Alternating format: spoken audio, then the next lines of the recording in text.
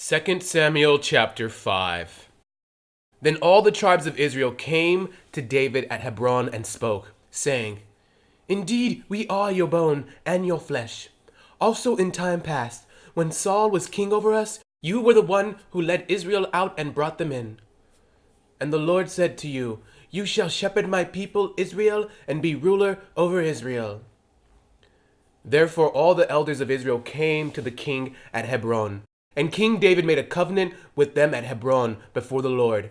And they anointed David king over Israel. David was 30 years old when he began to reign, and he reigned 40 years. In Hebron he reigned over Judah 7 years and 6 months. And in Jerusalem he reigned 33 years over all Israel and Judah. And the king and his men went to Jerusalem against the Jebusites, the inhabitants of the land, who spoke to David, saying, "You shall not come in here, but the blind and the lame will repel you." Thinking, David cannot come in here. Nevertheless, David took the stronghold of Zion, that is, the city of David. Now David said on that day, "Whoever climbs up by way of the water shaft and defeats the Jebusites, the lame and the blind, who are hated by David's soul, he shall be chief and captain." Therefore they say, "The blind and the lame shall not come into the house." Then David dwelt in the stronghold, and called it the city of David. And David built all around from the Millo and inward. So David went on and became great, and the Lord God of hosts was with him. Then Hiram, king of Tyre, sent messengers to David, and cedar trees, and carpenters, and masons, and they built David a house. So David knew that the Lord had established him as king over Israel, and that he had exalted his kingdom for the sake of his people Israel. And David took more concubines and wives from Jerusalem after he had come from Hebron. Also, more sons and daughters were born to David. Now these are the names of those who were born in him in Jerusalem: Shammua, Shobab, Nathan, Solomon, Ibhar, Elisua, Nepheg, Yaphia, Elishama, Eliada, and Eliphelet. Now when the Philistines heard that they had anointed David king over Israel, all the Philistines went up to search for David, and David heard of it and went down to the stronghold.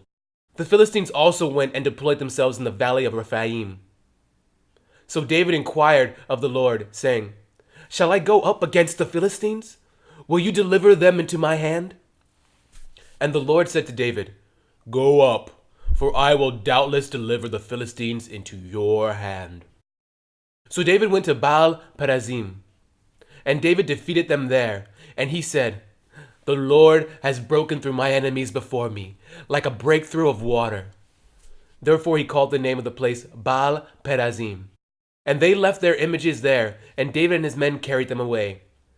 Then the Philistines went up once again and deployed themselves in the valley of Rephaim. Therefore David inquired of the Lord, and he said, "You shall not go up. Circle around behind them, and come upon them in front of the mulberry trees.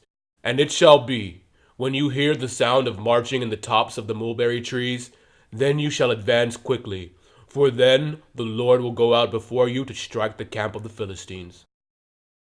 And David did so, as the Lord commanded him, and he drove back the Philistines from Geba as far as Gezer.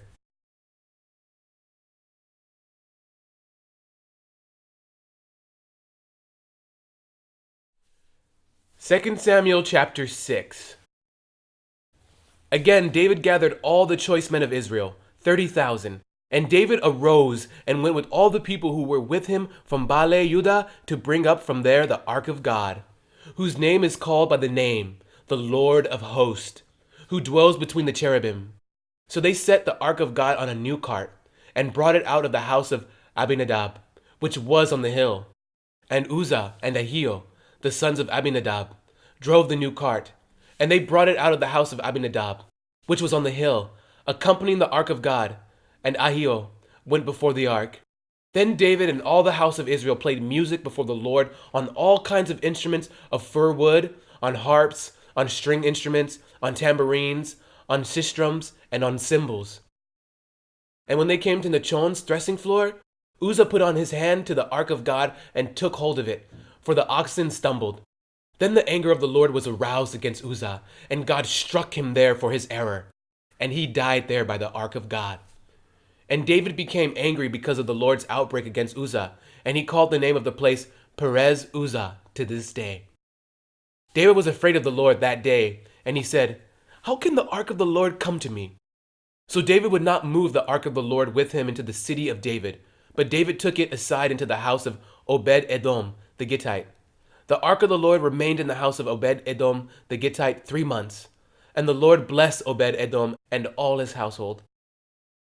Now it was told King David, saying, "The Lord has blessed the house of Obed-Edom and all that belongs to him because of the ark of God." So David went and brought up the ark of God from the house of Obed-Edom to the city of David with gladness. And so it was, when those bearing the ark of the Lord had gone 6 paces, that he sacrificed oxen and fatted sheep. Then David danced before the Lord with all his might, and David was wearing a linen ephod. So David and all the house of Israel brought up the ark of the Lord with shouting and with the sound of the trumpet. Now as the ark of the Lord came into the city of David, Michal, Saul's daughter, looked through a window and saw King David leaping and whirling before the Lord, and she despised him in her heart. So they brought the ark of the Lord and set it in its place in the midst of the tabernacle that David had erected for it. Then David offered burnt offerings and peace offerings before the Lord. And when David had finished offering burnt offerings and peace offerings, he blessed the people in the name of the Lord of hosts. Then he distributed among all the people, among the whole multitude of Israel, both the women and the men, to everyone a loaf of bread, a piece of meat, and a cake of raisins. So all the people departed, everyone to his house. Then David returned to bless his household, and Michal, the daughter of Saul, came out to meet David, and said, "How glorious was the king of Israel today, uncovering himself today in the eyes of the maids of his servants, as one of the base fellows shamelessly uncovers himself." So David said to Michal, "It was before the Lord, who chose me instead of your father and all his house, to appoint me ruler over the people of the Lord, over Israel. Therefore I will play music before the Lord, and I will be more undignified than this, and will be humble in my own sight. But as for the maidservants of whom you have spoken, by them I will be held in honor." Therefore Michal, the daughter of Saul, had no children, to the day of her death.